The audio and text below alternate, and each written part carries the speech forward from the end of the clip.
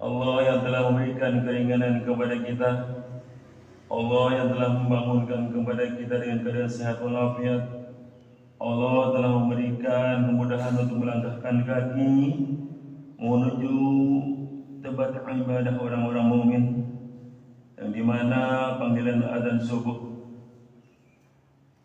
dikumandangkan, Allah bangunkan, Allah berikan respon hati kita untuk mendatanginya. Sebagai orang muslim, kebiasaan pergi ke masjid untuk menunaikan ibadah salat 5 waktu. Mudah-mudahan salat 5 waktu ini Allah berikan taufik untuk melaksanakan dengan sebaik-baiknya dengan cara berjamaah. Amin ya rabbal alamin. Salawat dan salam semoga dilimpahkan ke panutan kita Nabi besar Muhammad sallallahu alaihi wasallam, keluarganya, para sahabatnya dan para pengikutnya yang setia sampai akhir zaman. Bapak-bapak, ibu-ibu, jemaah salat subuh yang dimuliakan Allah Subhanahu wa taala, marilah kita sama-sama memohon kepada Allah Subhanahu wa taala agar kita diberikan ketenangan dalam hidup ibadah kepada Allah Subhanahu wa taala. Allah segera menurunkan curahan hujan yang lebat dan manfaat untuk kehidupan kita, ibadah kepada Allah Subhanahu wa taala.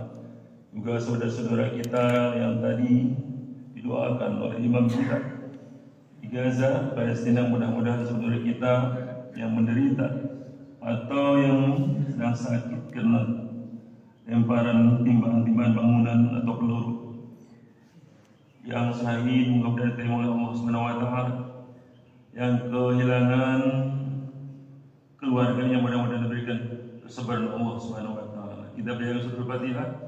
Biridhoillahi ta'ala. Al-Fatihah. A'udzu billahi minasyaitonir rajim. Bismillahirrahmanirrahim. Alhamdulillahi rabbil alamin. Ar-Rahmanir Rahim. Maliki yaumiddin. Iyyaka na'budu wa iyyaka nasta'in. Ihdinas siratal mustaqim. Siratal ladzina an'amta 'alaihim ghairil maghdubi 'alaihim waladdallin. Amin.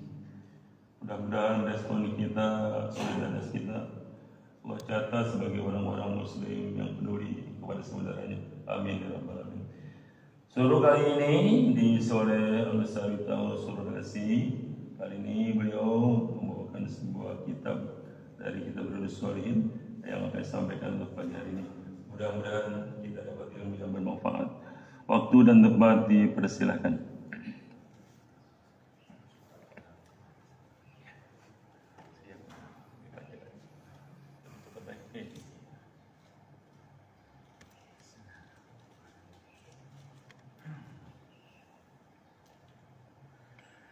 Bismillahirrahmanirrahim. Assalamualaikum warahmatullahi wabarakatuh.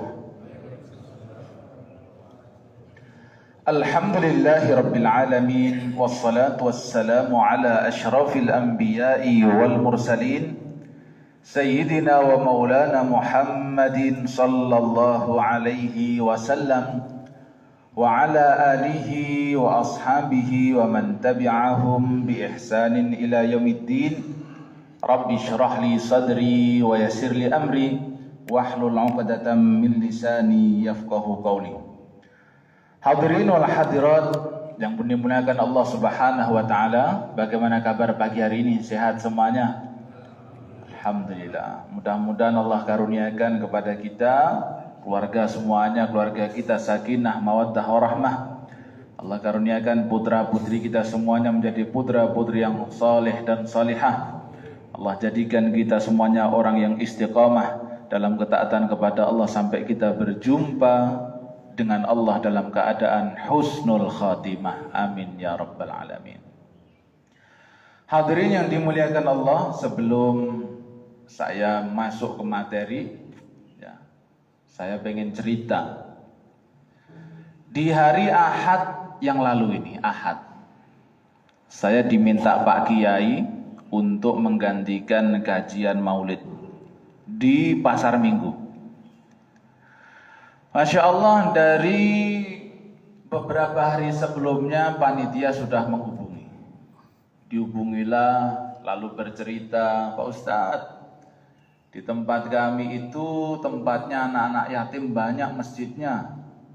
Jadi yang diasuh itu sekitar 120 anak yatim. Banyak apa sedikit? Banyak. Ya, banyak 120. Di hari Ahadnya saya pengajian, ketua DKM-nya sudah mulai bilang, Pak Ustadz, masjid kita ini alhamdulillah dinobatkan masjid ramah anak. Alhamdulillah. Anak yatimnya banyak. Kita punya binaan sekitar 120 anak yatim. Hadir semuanya di situ. Ada usia SD, usia SMP, usia SMA. Tentu kita bahagia ada masjid yang kemudian aktif betul-betul. Dan itu kumpulan anak yatim dari beberapa RT yang ada. Lalu mulailah saya ngisi acara. Di acara itu saya ceritakan bahwa saya pun juga sama pernah ngisi acara maulid. Kondisinya sama, ngumpulkan anak yatim. Tepatnya di daerah Depok Sonono, di daerah GDC Sono. Di sana juga sama, para pengurus masjid mengatakan, kita alhamdulillah Pak Ustadz, kita bina anak yatim, anak duafa banyak. Kita santuni setiap bulan. Kebetulan kalau yang di Depok, yang arah sono tuh, Pak Ustadz kita punya hadiah banyak. Nanti kalau setelah pengajian tolong kasih pertanyaan. Kalau yang bisa jawab, kasih hadiah. Gitu. Oke, saya ceritakan tentang yang di Depok itu. Akhirnya saya kasih pertanyaan. Anak-anak yatim banyak di depan saya. Siap dapat pertanyaan? Siap. Siap dapat hadiah? Siap. Pak Ustadz, pertanyaannya jangan yang sulit-sulit. Ya, pertanyaannya mudah. Saya udah ahli kalau bikin pertanyaan. Pertanyaannya yang pertama, siapa yang sholat subuh berjamaah? Langsung cuk, nggak ada suaranya. Satu pun tidak ada yang angkat tangan. Ini tentu anak muda besar-besar, sudah SMA, sudah SMP, ada yang masih SD. Satu pun tidak ada yang angkat tangan. Lalu kemudian karena nggak ada yang angkat tangan, pertanyaannya saya ganti, saya bilang gitu. Pertanyaannya lebih mudah. Siapa yang pagi ini sholat subuh? Anak puluhan jumlahnya. Ternyata lagi-lagi tidak ada yang angkat tangan sama sekali. Puluhan anak muslim, muslimah. Akhirnya hadiah kan gak ada yang dapat. Ya sudah, pertanyaan saya ganti. Siapa di antara kalian yang punya niat mondok? Udah itu aja. Siapa yang punya niat mondok? Dari puluhan anak itu ternyata ada 2 orang yang punya niat mondok. Akhirnya saya kasih itu hadiah. Pesan saya kepada pengurus masjid, kepada ketua yayasan, tolong yang 2 anak ini dan yang semisalnya nanti datengin rumahnya, biayai mondoknya dari masjid. Karena ini kader yang langka. Segini banyaknya anak yang mau mondok ternyata cuma 2 orang.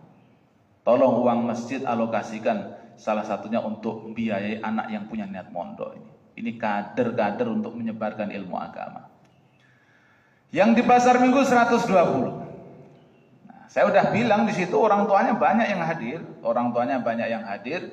Dihadiri Pak Lurah, dihadiri ketua-ketua DKM sekitar, dihadiri ketua-ketua RT dan RW. Akhirnya saya bilang, baik, kalau di Depok tadi begitu keadaannya. Sekarang saya mau nanya di sini.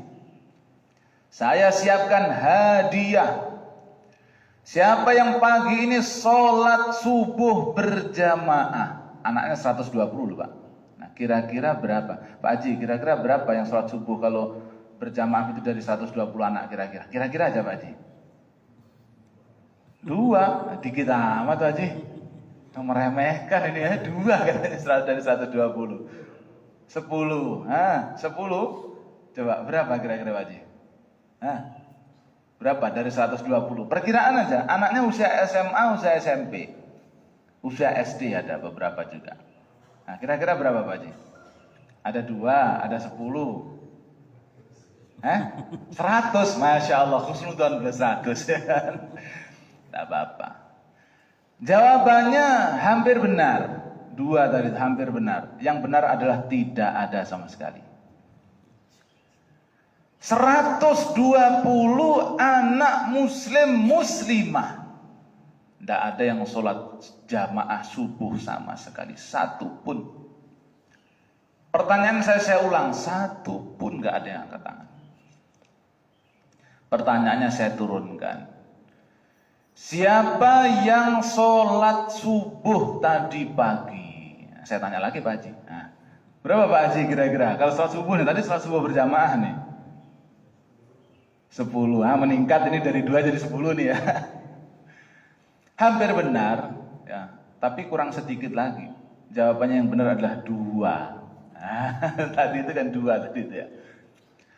Artinya dari 120 yang sholat subuh 2 orang, berarti ada 118 tidak sholat subuh.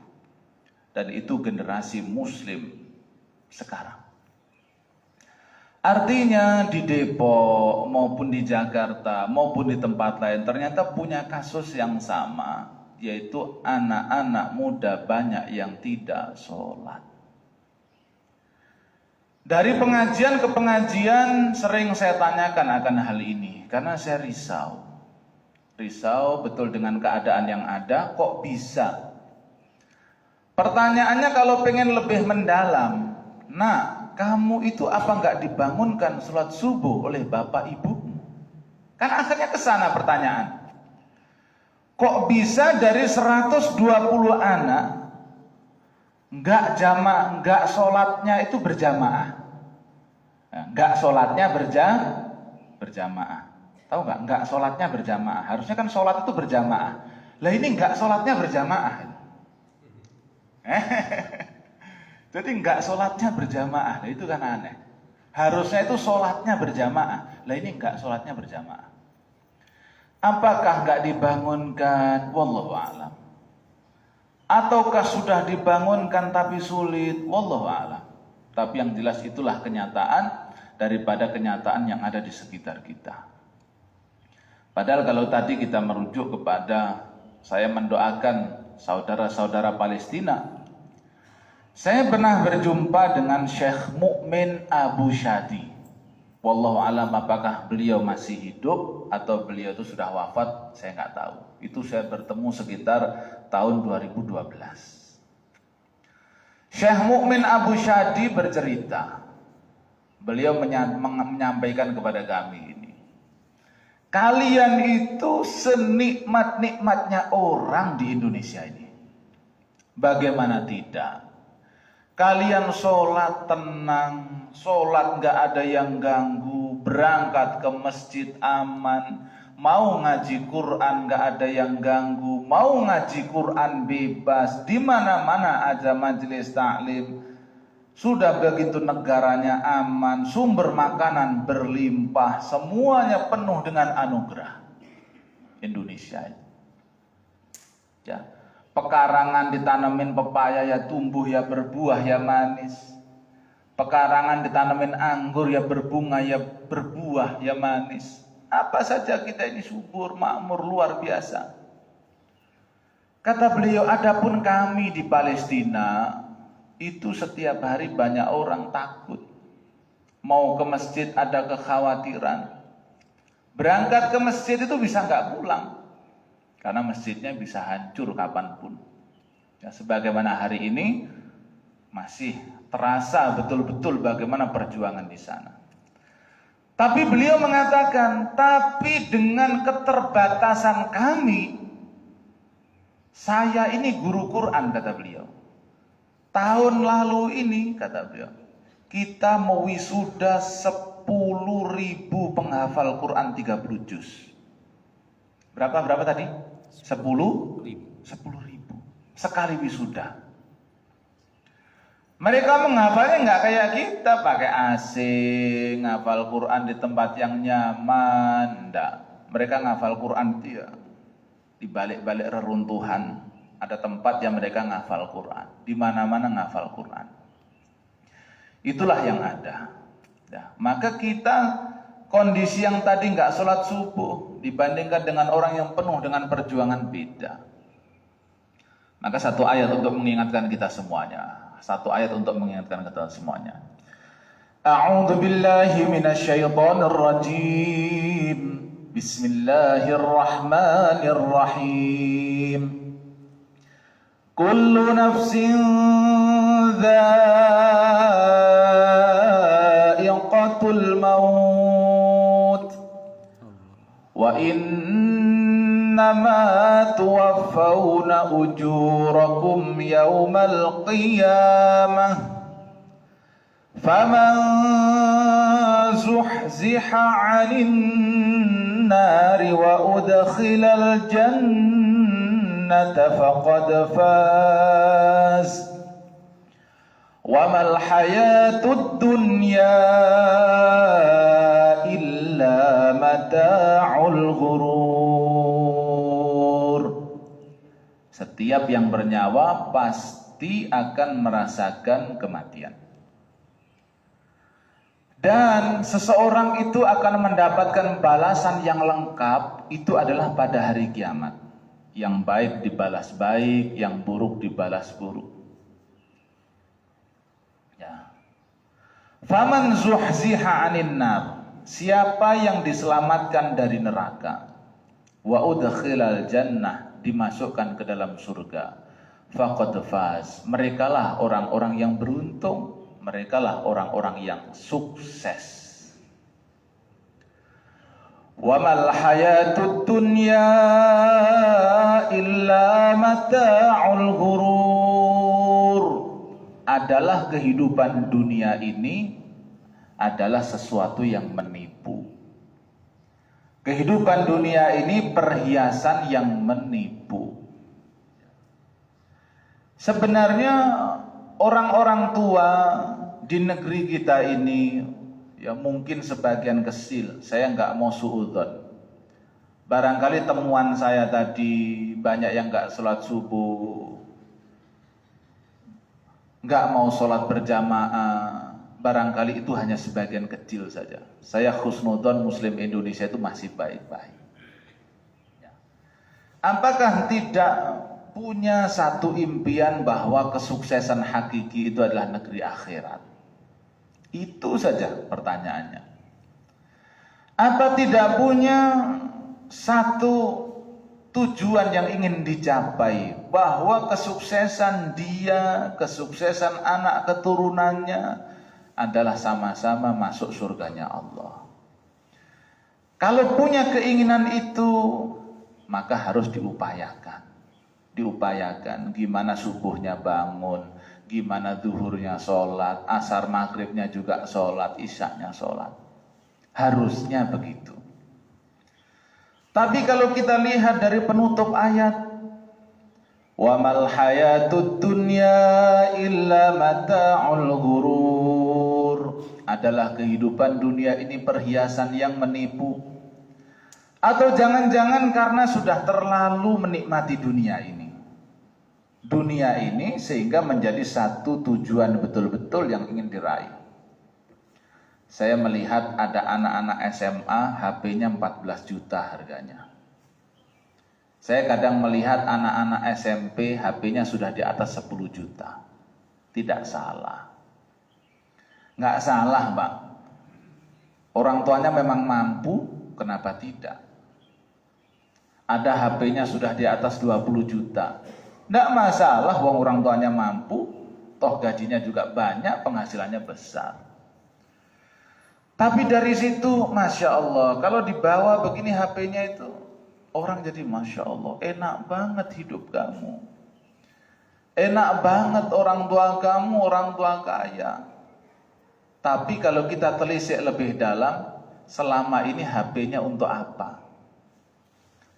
Apakah di sana dia menyisakan ruang di HP ini untuk Quran? sehingga dia menginstal Quran di sini? Apakah dia menyisakan ruang di handphonenya untuk belajar agama, yang mana agama tersebar luas? Di handphone bisa milih ustadz siapapun. Apakah dia menyisakan ruang di sini, barangkali menyalakan alarm yang dia gunakan sebagai pengingat bahwa ini waktunya bangun? Hari ini aja saya nyalakan alarm, Mbak, untuk bangun. Saya nyalakan alarm loh. Jam 3 saya nyalakan alarm. Kenapa? Ini ada waktunya waktunya kajian juga. Saya harus membaca juga. Kebetulan tadi malam saya pulang sudah jam setengah 12. Ini kalau saya nanti nggak nyalain alarm, jangan-jangan bablas ini. Alarm saya nyalakan. Apakah anak yang HP-nya sudah puluhan juta menyisakan ruang untuk nyalakan alarm sebagai bukti? Iya, besok pagi saya sholat loh. Atau barangkali sholat itu nggak masuk perencanaan sama sekali. Sholat itu nggak masuk perencanaan dalam hidup. Apakah nanti sholat itu nggak kepikir? Apakah nanti subuh saya harus bangun? Nggak kepikir. Yang kepikir adalah besok hidup sebagaimana mestinya. Banyak yang mengeluh, saya ini bangun saya ini tidurnya nggak bisa Ustaz, saya tidur itu jam 3 malam. Itu anak kuliahan, tanya ke saya. Ustaz, gimana caranya saya supaya bisa tidur malam? Saya ini nggak bisa tidur malam. Jawaban saya simpel, matikan handphone, tidur. Nggak bisa Ustaz. Nah itu dia. Harusnya kamu wudhu, mapan tidur, HP-nya dimatikan. Ternyata tidur sampai jam 3 itu ketika saya telisik betul-betul nonton film dewasa. Itu anak perempuan usia kuliah. Pantes nggak bisa tidur. Sudah begitu subuhnya lewat. Maka ini satu perhatian bagi kita. Ini baru muqaddimah nih ya, belum masuk ke materinya hadis nih. Ya, tapi ini pengingat bagi kita. Bahwa inilah kondisi kita hari ini Bapak Ibu sekalian.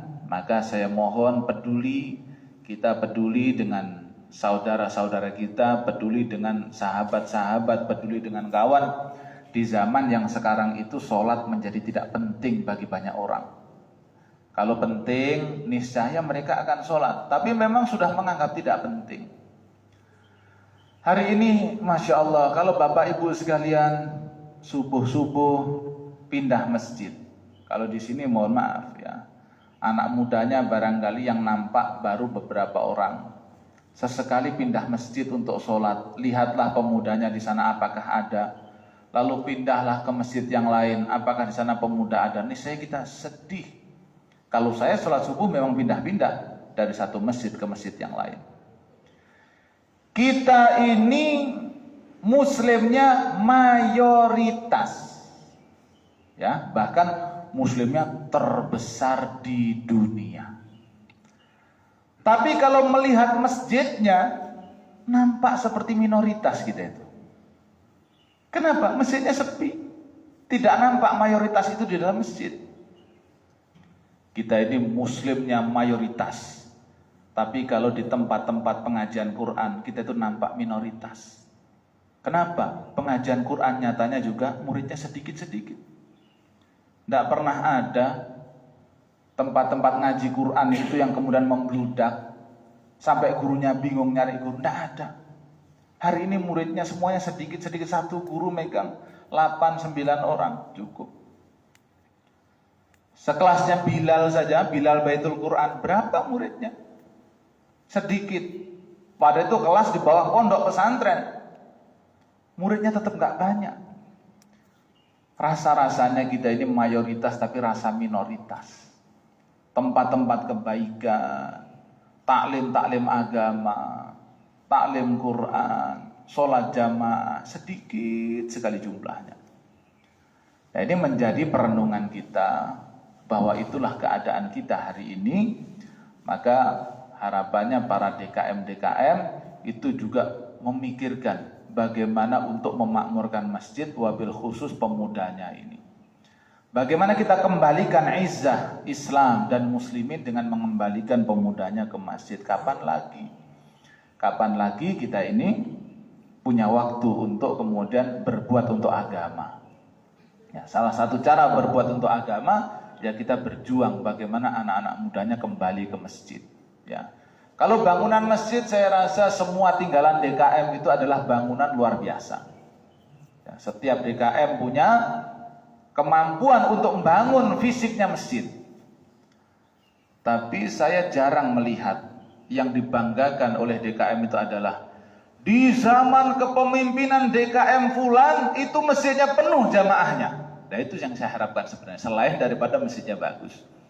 Masjidnya bagus itu penting. Masjidnya nyaman itu perlu. Tapi jamaah yang makmur, ya, masjidnya makmur dengan jamaah itu jauh lebih penting. Karena masjid Babul Jannah ini dibandingkan dengan masjidnya Rasulullah jauh, Pak. Masjidnya Rasul itu kalau hujan itu adanya diganti. Ala sallu fi rihalikum, ala sallu fi buyutikum. Salatlah di rumah kalian, nggak usah ke masjid. Gitu maksudnya. Sholat di rumah kalian. Kenapa? Kalau ke masjid itu bocor semuanya. Berat perjuangannya. Makanya di zaman Nabi ada tambahan di dalam azan di masa hujan yang deras itu adalah sholatlah di rumah kalian. Kenapa? Ya itu tadi. Kalau sholat akhirnya masuk ke dalam masjid semuanya. Sehingga mereka kotor bajunya, basah, kuyup, dan lain sebagainya. Karena pelepah kurma. Ya. Kalau sekarang kita hujan, nyaman. Kita lagi panas, ke masjid, nyaman. Luar biasa. Tapi masjidnya Rasulullah itu penuh. Masjidnya Rasulullah itu gak pernah sepi. Ahlus Sufah jaga masjid. Orang-orang ke masjid itu diabsen oleh Nabi. Diabsen. Kalau Rasulullah itu setelah sholat biasanya Rasulullah akan lihat ke belakang, melihat para sahabat. Sesekali bertanya, mana si fulan kok gak ada? Kemana si fulan kok gak ada? Kemana si fulan gak ada? Nabi paham dengan para sahabat yang ada itu. Anak besar, anak kecil datang ke masjid di zaman Nabi SAW. Bahkan anak-anak kecil yang sudah mampu untuk menjadi imam oleh Nabi diperbolehkan menjadi imam masjid di kampung-kampung sekitar yang orang-orangnya bacaan Qur'annya masih kurang. Jadi hadirin yang dimuliakan Allah Subhanahu wa taala, itu hanya kegelisahan saja. Saya tularkan kegelisahan ini. Ya, saya punya kegelisahan ini saya tularkan. Inilah keadaan kita zaman ini yang harus kita pikirkan bersama-sama. Ya. Berkali-kali saya itu menceritakan kisah nyata bagaimana di salah satu masjid, ya, tidak ada khotibnya, akhirnya nggak jadi Jumatan. Kenapa? Apa nggak ada kadernya? Coba, ini kan sangat menggelitik. Satu masjid khotibnya nggak hadir, akhirnya nggak jadi Jumatan karena orang segitu banyaknya nggak ada yang mampu untuk naik mimbar. Sebenarnya aib bagi kaum muslimin. Ya, aib bagi kaum muslimin. Di Jakarta, musola, tempat kami sholat dulu, itu imamnya itu bacaannya amburadul, salah semuanya. Sampai-sampai kita dimarahi oleh guru saya dari Mesir, Dr. Azazi. Beliau marah-marah. Kalian itu gimana? Oh, orang kayak gitu suruh jadi imam. Bacaannya salah semua jadi imam, gitu kan. Ternyata saya tahu kelemahannya kenapa beliau jadi imam. Gara-garanya mahasiswa Libya kalau musola pakai celana. Loh, di masjid, di musola itu kalau nggak pakai sarung, nah sholatnya itu dianggap jadi imam itu nggak pantas. Gitu ya.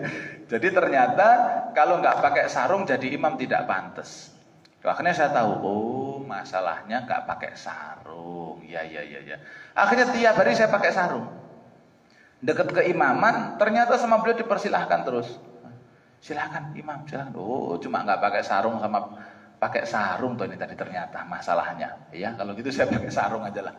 Teman-teman saya bilangin, kalau pengen nggak diimami oleh beliau pakai sarung, ya, karena lingkungan di sana itu pakai sarung kalau imam itu. Ya. Bacaannya amburadul. Aitalladzi yukadzibu bidin. Rohnya kok bisa panjang. Jangan-jangan Qur'annya beda lagi. Oh enggak, ternyata Qur'annya enggak beda. Bacanya yang salah ternyata. Ya, itulah ya. Jadi jamaah sekalian, ini hari ini enggak apa-apa. Saya menyampaikan kegelisahan ini supaya Bapak Ibu sekalian juga menyadari inilah kondisi kita. Inilah kondisi kita.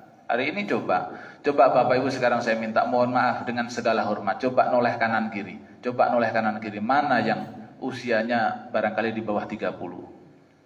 Coba toleh kanan kiri. Yang di bawah 30 aja. Di bawah 30. Artinya 30 itu seusia saya, Pak. 30 itu saya itu sekarang 33. Ya. 30 itu seusia saya ini. Ya. Coba toleh ini, toleh kanan kiri. Mana yang di bawah 30? Atau umurnya 30? Ada yang angkat tangan juga nih kayaknya. Coba. Kita kan risau gitu loh. Ini ya Allah. Padahal kita ini kalau di dalam Al-Qur'an ada tuntunannya. Tuntunannya apa? Di sana itu hatta idza balagha arba'ina sanah qala rabbi auzi'ni an ashkura ni'mataka allati an'amta 'alayya. Quran menyebutkan kalau nanti orang sudah umur 40 tahun, itu harusnya dia sudah pada puncak ibadahnya totalitas 40 tahun itu. Lah ini sekarang 30 tahunnya saja belum nampak di sini. Apakah kemudian 40 tahun mereka otomatis jadi orang soleh? 30 tahunnya aja belum nampak. Lah padahal Quran menjelaskan kalau sudah 40 tahun di dalam Quran itu adalah umur spesial. Dia itu ada di puncak kekuatan, puncak semuanya menuju usia menurun. Ya, jadi kalau bayi itu begini, naik 40 itu sudah mulai menurun dia. Nah, menuju kepada liang kubur, gitu ya. Menuju ke sini dia. Lah maka 40 tahun dikasih tuntunan oleh Allah. Kalau sudah 40, doanya orang 40 tahun itu ada khusus. Rabbi auzi'ni an ashkura ni'mataka allati an'amta 'alayya wa 'ala walidayya wa an a'mala salihan tardahu wa aslih li fi dzurriyyati inni tubtu ilaika ila akhir ayat. Mulai suruh banyak syukur. Mulai banyak ibadah. Wa an a'mala salihan tardahu. Wa aslih li fi dzurriyyati, mikir bagaimana nanti keturunanku. Keturunanku nanti kalau saya mati itu mau doakan enggak? Keturunan saya nanti kalau saya mati itu bisa menjadi penerus kebaikan atau tidak? Saya sebagai orang tua hari ini bisa sujud. Apakah anak saya nanti sujud kepada Allah atau tidak sepeninggal saya? Itu mulai difikirkan orang 40 tahun itu. Pada akhirnya nanti ini tubatu ilaika, saya mau tobat. Ya Allah, saya tobat. Lah di masjid-masjid yang saya kunjungi, saya itu kajian rutin, Pak, Sabtu Ahad. Belum lagi di hari yang lain. Ternyata saya renung-renungkan, sambil kajian begini saya merenung, mana orang-orang yang usianya itu 30 tahunan barangkali. Kok saya enggak melihat? Lalu kalau sudah umur 40 itu apa bisa mereka itu pada derajat yang disampaikan Quran itu, tuntunan umur 40 tahun. Nah tentu ini butuh perjuangan. Wong 30 saja belum nampak tanda-tanda. Lah padahal kalau kita lihat Zaid bin Thabit itu 13 tahun sudah mulai belajar mendekat kepada Rasul jadi penulis wahyu. Usianya masih belia. Lah orang 2023 yang umurnya 30 tahun ke bawah ke masjid itu kok masih jarang. Ini saya risau dari segi umur saja. Kenapa kok begini? Masa toh nggak sadar sholat itu penting, ini usianya sudah 30. Masa toh nggak paham bahwa sholat jamaah itu penting, wong usianya sudah 30, bentar lagi usia 40 yang disebutkan dalam Quran. Ini makanya kerisauan ini saya tularkan. Ya. Ini loh Bapak Ibu sekalian, Abi Muslih. Ya, orang tua saya, mertua. Sampai sekarang itu masih WA tentang kebaikan itu sampai sekarang. Sekelasnya saya Pak yang sudah di Libya diajar beliau. Saya tuh di Libya diajar beliau tafsir di Libya. Sampai sekarang beliau tuh WA kebaikan di WA kepada saya. Doa kebaikan tuh di WA kepada saya. Orang yang sudah belajar di Libya sekian tahun jadi murid beliau itu pun masih diingatkan lewat WA. Artinya apa? Itu adalah tanggung jawab orang tua terhadap anak-anaknya. Diingetin. Kalau WA bukan cuma satu, kalau saya di WA pasti istri saya juga di WA yang sama. Tuh, telaten begitu anak-anaknya di WA-in semuanya. Jadi kadang begini, istri itu bilang, Abi Muslih, WA, sama saya juga di WA, isinya begini kan? Iya, sama sudah. Sama. Jadi hari ini mari kita tampakkan kepedulian kita. Ini generasi kita, ini generasi yang sudah, kalau saya bilang mengkhawatirkan. Tapi kita nggak boleh pesimis.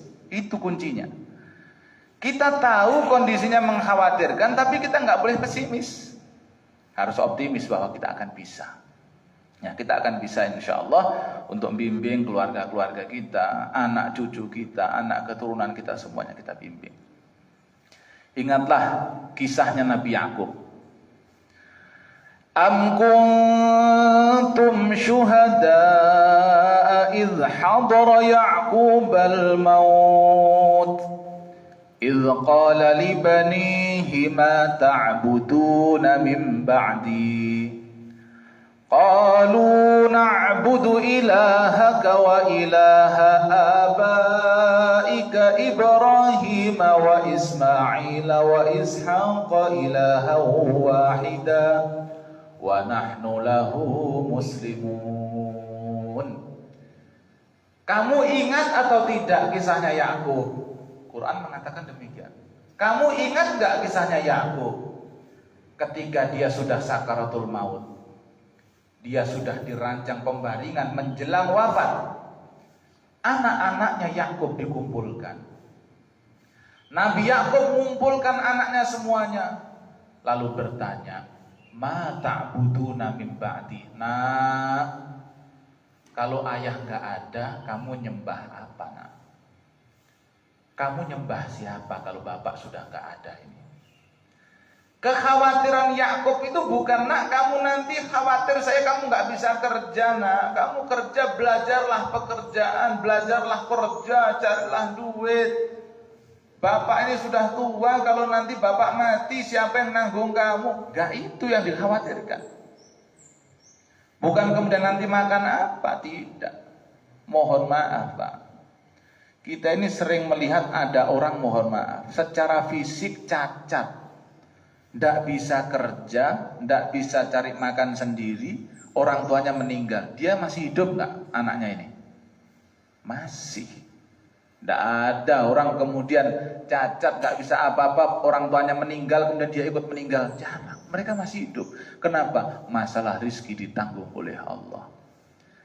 Makanya Nabi Yakub itu justru bertanya sesuatu yang lebih penting daripada itu. Nak, kalau bapak nggak ada, kamu nyembah siapa?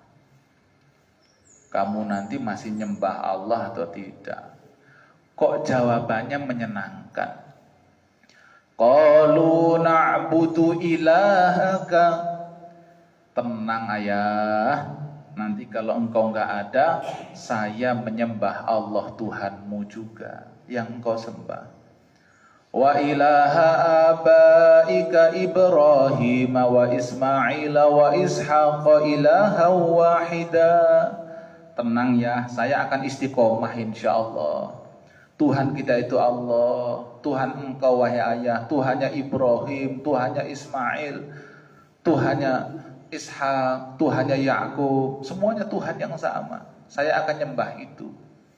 Wa nahnu lahu muslimun. meskipun kita semuanya ini orang Islam ya, jangan khawatir.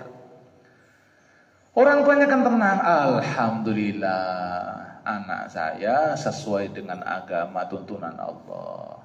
Nabi Yakub wafat. Ya. Jadi itu Masya Allah hari ini. Gimana Pak, kira-kira risau atau enggak dengan keadaan sekarang ini? Ya, risau kita ini.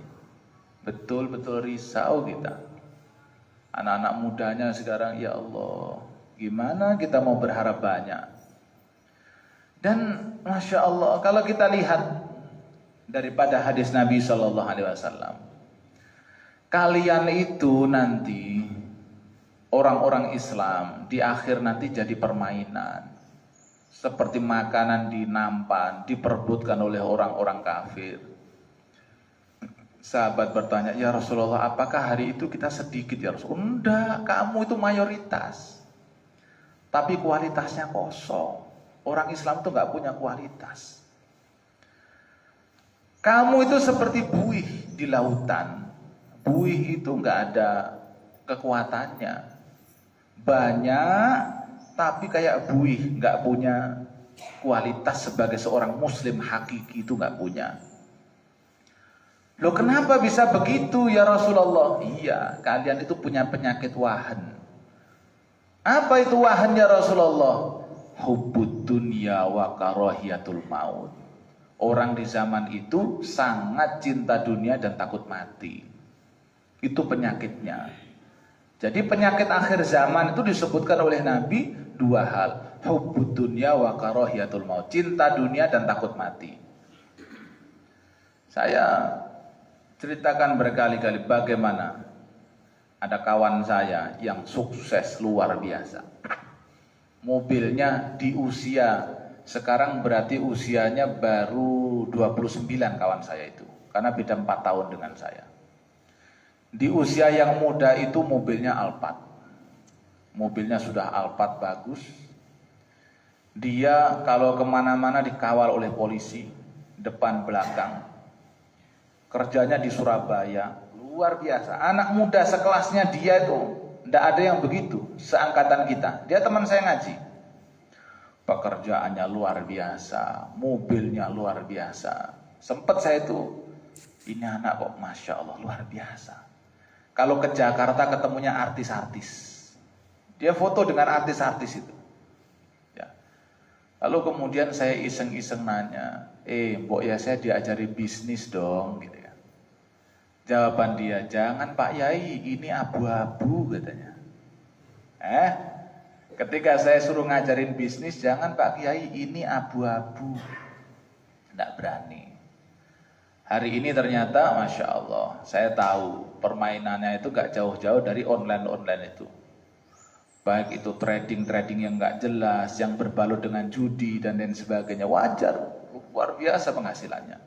Dan hari ini, ya, ketika sudah seperti ini keadaannya, saya jadi gak pengen seperti dia. Karena sekarang sudah bangkrut semuanya dan sekarang dia sekarang minggat sekarang di tempat lain. Apa sebabnya kok mengejar dunia sampai segitunya? Hubbud dunya. Gak siap hidup susah. Gak siap hidup susah, gak siap hidup sengsara, sehingga apapun dilakukan untuk bisa membuat kesenangannya tercapai. Akhirnya begitu tuh pekerjaannya. Dan hari ini minggat kemana-mana, kasihan. Keadaannya kasihan. Maka itu penyakit yang ada, hubbud dunya wa karahiyatul maut. Pernah saya bertemu dengan orang-orang yang gajinya belum seberapa, ya kan? Ternyata HP-nya cicilan. Bayangkan Pak, kalau ada orang gajinya 5 juta, ngambil HP harganya di atas 20 juta secara kredit. Kira-kira kalau menurut ilmu ekonomi kira-kira itu gimana Pak? Sudah gak masuk kan? Gak masuk, itu hitung-hitungannya gak masuk. Ilmu ekonomi sudah gak masuk. Orang penghasilannya baru 5 juta, untuk bergaya dia itu sampai berani kredit sekian lamanya untuk kemudian punya HP harganya di atas 20 juta. Sudah gak masuk akal. Tapi begitulah yang namanya hubbud dunya. Itu penyakitnya orang akhir zaman yang sudah disebutkan oleh Rasulullah 1400 tahun yang lalu. Apa coba fungsinya HP 20 juta kalau ternyata dibuat bisnis juga kagak, hanya untuk gaya-gayaan saja. Apa HP-mu? Apel separuh gitu kan. Apel separuh itu kan, apel kroak itu kan. Bangga dia, tapi ya begitu, ternyata hutangnya numpuk karena memang begitulah keadaannya, gajinya masih kecil. Nah, itu penyakit yang ada. Jadi itulah Bapak Ibu sekalian yang dimuliakan Allah Subhanahu wa taala, sudah masuk waktu syuruk. Itulah kondisi anak muda zaman sekarang. Masjid-masjid kondisinya zaman sekarang begitu. Saya ajak para jamaah berpikir, saya ajak para jamaah risau bersama, sehingga nanti muncul solusi-solusi. Apa nih solusinya nih? Apa yang harus dilakukan oleh masjid ini untuk menarik pemuda? Apa yang dilakukan oleh masjid? Jadi rapatnya DKM itu harus masuk di dalam rapat bagaimana masjid ini penuh, bagaimana taklimnya penuh, bagaimana anak muda ke masjid. Apa yang harus dilakukan DKM untuk menarik remaja? Apa yang dilakukan DKM untuk nanti remaja bisa ngaji di masjid? Bagaimana caranya anak muda ini kemudian nanti giat ke masjid, jadi kepanitiaan di masjid? Nah, itu harus masuk dalam rapat DKM yang ada. Jadi nanti akhirnya berkembang. Satu anak diajak, akhirnya insya Allah penuh. Itu harapan saya betul-betul. Karena saya itu udah lama ngisi di mana-mana sekitar Jabodetabek, rata-rata sama. Anak-anak muda di bawah 30 tahun jarang nampak di masjid. Ya. Mudah-mudahan kita semuanya Allah berikan hidayah, begitu juga anak keturunan kita, mudah-mudahan anak keturunan yang soleh dan solihah semuanya, amin ya rabbal alamin. Demikian dari saya, kurang lebihnya mohon maaf. Assalamualaikum warahmatullahi wabarakatuh. Barangkali ada pertanyaan, monggo silahkan.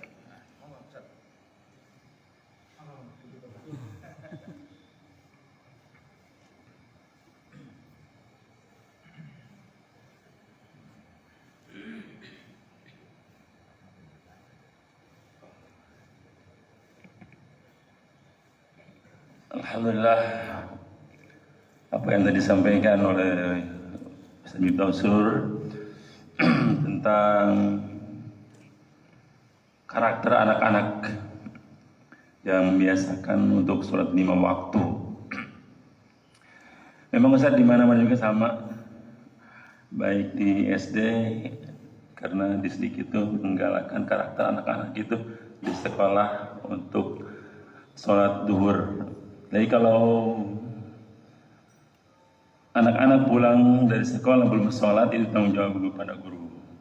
Jadi kalau subuh anak ditanya belum sholat, ditanya siapa yang sudah sholat, jarang mengacungkan tangannya, bahkan tidak ada yang mengacungkan tangan, itu masih kewajibannya para orang tua. Begitulah. Distrik juga sama, Kabid di pembinaan SD, ketika survei ke sekolah ditanya seperti itu, siapa yang sholat subuh? Jarang ada yang ngacung. Berarti kalau tidak mulai dari rumah dibantu oleh orang tuanya, anak-anak itu tidak akan bisa menjalankannya.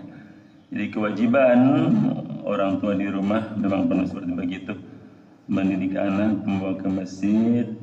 Mudah-mudahan cucu-cucu kita, bapak-bapak, anak-anak kita dekat ke masjid untuk melaksanakan sholat. Mudah-mudahan jadi anak-anak yang soleh. Amin ya rabbal alamin. Bismillah. Keadaan di kota Depok nih. Di kota Depok. Baru di kota Depok ini ya, belum di pelosok-pelosok yang lainnya. Bapak-bapak dan ibu-ibu, waktunya sudah sampai 39 dan sekarang 40. Mudah-mudahan apa yang disampaikan menjadi ilmu kepada kita semuanya, dan duduk-duduk di masjid ini dari zikir sampai tibanya suruk, mudah-mudahan ada amalan-amalan yang mulia di sisi Allah Subhanahu wa taala. Amin ya rabbal alamin. Kita tutup dengan tasbih firman, subhanaka wa bihamdik asyhadu an la ilaha illa anta astaghfiruka wa atubu ilaik. Wassalamualaikum warahmatullahi wabarakatuh.